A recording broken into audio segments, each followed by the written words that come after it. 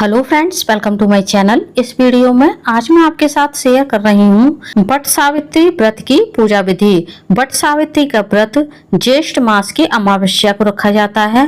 इसे वट सावित्री व्रत बरमावस के नाम से जाना जाता है। वट सावित्री का व्रत सुहागन महिलाएं अपने पति की लंबी आयु, उनके अच्छे स्वास्थ्य और अपने अखंड सौभाग्य के लिए रखती हैं। वट सावित्री के दिन सुबह जल्दी उठ करके नित्य क्रिया से निवृत्त होकर के स्नान करें और व्रत का संकल्प लें। अब हम जिस जगह वट सावित्री की पूजा करेंगे उस जगह को अच्छे से साफ करेंगे और वहां पर हम गेरू से, हल्दी से या फिर गाय के गोबर से एक चौक मार लेंगे। अब हम आटा से एक अष्टदल कमल या फिर स्वास्तिक का चिन्ह बनाएंगे। यदि आपको अच्छी सी रंगोली बनाना आता है तो आप वो भी बना सकते हैं। सन 2025 में वट सावित्री का व्रत 26 मई दिन सोमवार के दिन रखा जाएगा। पूजा के लिए जब हम कोई चौक मारते हैं तो उस पर कुछ ना कुछ अनाज डालते हैं।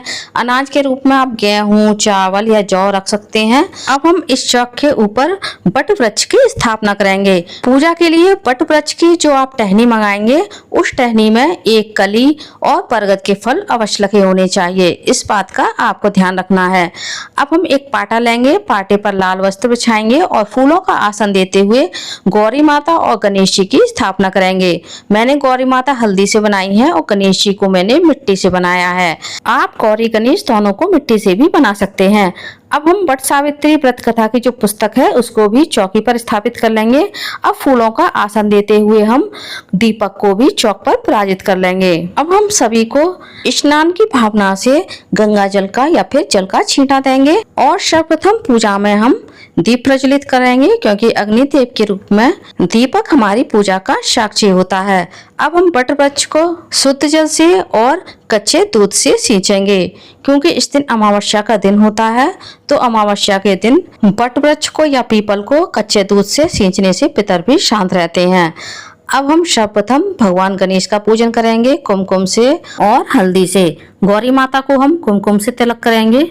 कुछ लोगों के यहाँ वट सावित्री की पूजा अमावस्या के दिन की जाती है और कुछ लोगों के यहाँ वट सावित्री की पूजा ज्येष्ठ मास के शुक्ल पक्ष की सप्तमी के दिन की जाती है, जिसे हम बरसातें के नाम से जानते हैं। मैंने गौरी गणेश को अक्षत अर्पित किया है। साथ ही गणेश जी को हमने एक जनेऊ वस्त्र रूपी मौली अर्पित की है। माता गौरी को भी हम वस्त्र रूपी मौली अर्पित करेंगे, साथ ही इत्र भी लगा देंगे।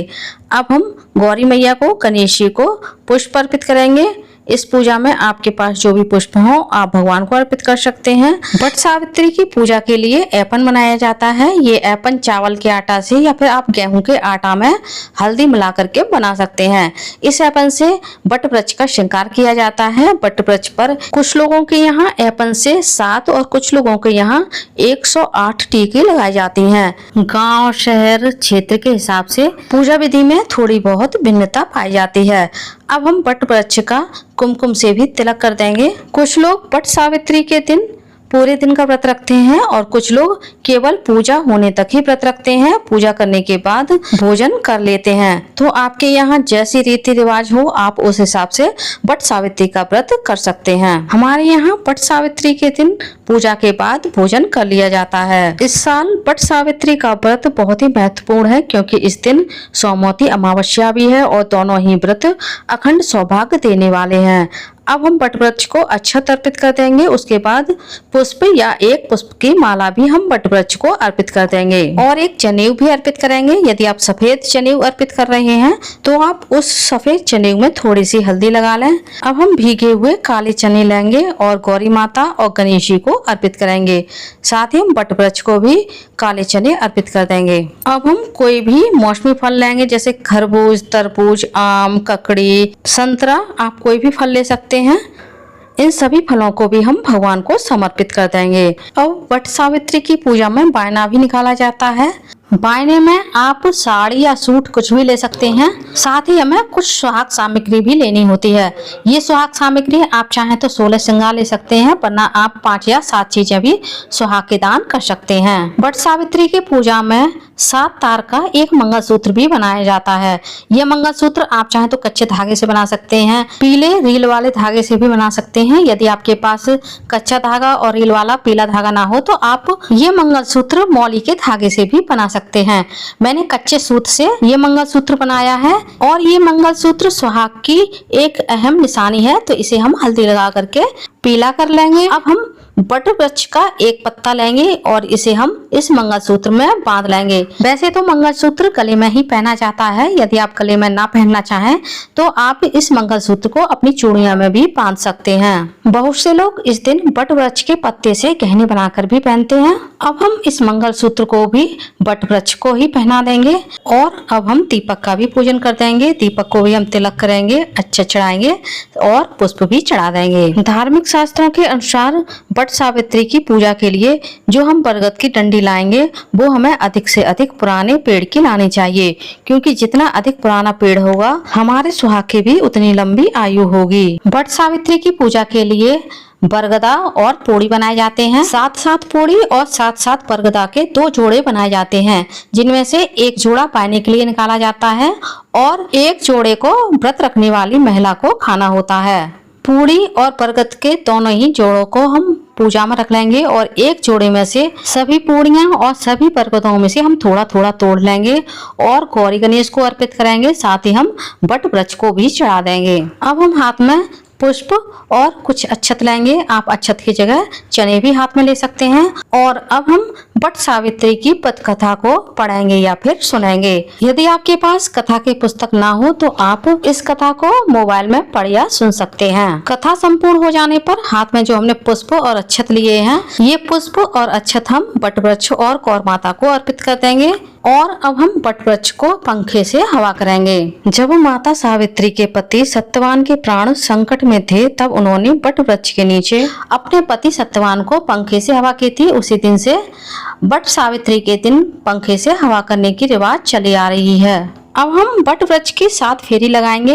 ये फेरियां वैसे तो कच्चे सूत से लगाई जाती हैं, यदि आपके पास कच्चा सूत ना हो तो आप ये फेरी मौली से भी लगा सकते हैं। यदि आप घर के बाहर जाकर के वट वृक्ष की पूजा कर रहे हैं तब भी आपको इसी विधि से पूजा करनी है और यदि आप घर पर पूजा कर रहे हैं तब भी आपको इसी विधि से वट वृक्ष की पूजा करनी है। फेरी लगाते हुए यदि आपका धागा बच जाता है तो उस धागे को आपको तोड़ना नहीं है। इसी तरह से आप उस धागे को वट वृक्ष के पास रख देंगे। यदि आपका धागा कम पड़ जाता है तब आपको उस धागे में गांठ नहीं लगानी है। दूसरे धागे को उसी धागे में लपेट करके आप अपनी 7 फेरी पूरी कर सकते हैं। वट वृक्ष की फेरी लगाते हुए आपको मन ही मन अपने पति की लंबी आयु, उनके अच्छे स्वास्थ्य के लिए सावित्री माता से और गौर माता से अपने अखंड सौभाग्य के लिए प्रार्थना करनी है। अब हम आरती करेंगे। मैं कपूर से आरती कर रही हूँ, आप घी के दीपक से भी यह आरती कर सकते हैं। पहले गौरी गणेश की आरती करेंगे, उसके बाद हम वट वृक्ष की आरती करेंगे। आरती हम भगवान को देंगे और स्वयं भी आरती लेंगे। उसके बाद हम आरती की अग्नि को शांत करेंगे। इसके बाद जो हमने बायना निकाला है इसे भी हम विनस देंगे और बायने में जो हमने साड़ी, सूट या सुहाग की सामग्री निकाली है उसे भी हम जल फेर करके मिनस देंगे और चरण स्पर्श करके हम सभी को प्रणाम करेंगे। अब हम गौर माता को सुहाग दान करेंगे और उनसे सुहाग लेंगे। गौरी माता को 5 बार या 7 बार सुहाग दान किया जाता है।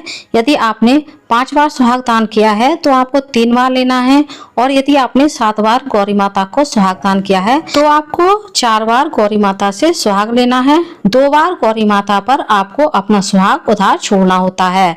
अब हम गौरी माता के चरण स्पर्श करके उनसे अपने अखंड सौभाग्य की कामना करेंगे और आशीर्वाद लेंगे। जब हम अपनी सारी पूजा संपूर्ण कर लेंगे उसके बाद हाथ में 7 काले चने लेंगे और बरगद में जो कली लगी हुई है इस कली को हम तोड़ लेंगे।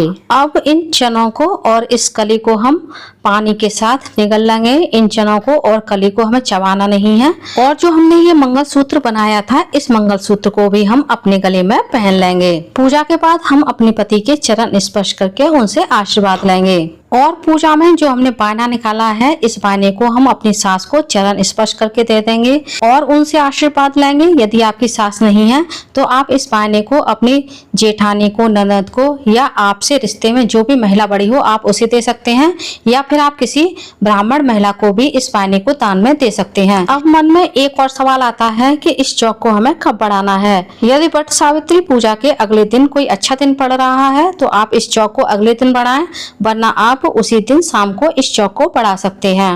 और पूजा में जो हमने गौरी गणेश रखे हैं, वट वृक्ष की ये डंडी रखी है, इसका हम विसर्जन कर देंगे। और चौक पर जो हमने अनाज रखा है उसे हम पक्षियों को या फिर गाय को डाल देंगे। और इन फलों में से कुछ फल हम दान कर देंगे और कुछ फल हम पूरे परिवार में प्रसाद स्वरूप बांट देंगे। वट सावित्री व्रत की पूजा विधि की संपूर्ण जानकारी मैंने आपको इस वीडियो में दे दी है। यदि फिर भी आपके कोई सवाल हो तो आप कमेंट्स करके मुझसे पूछ सकते हैं।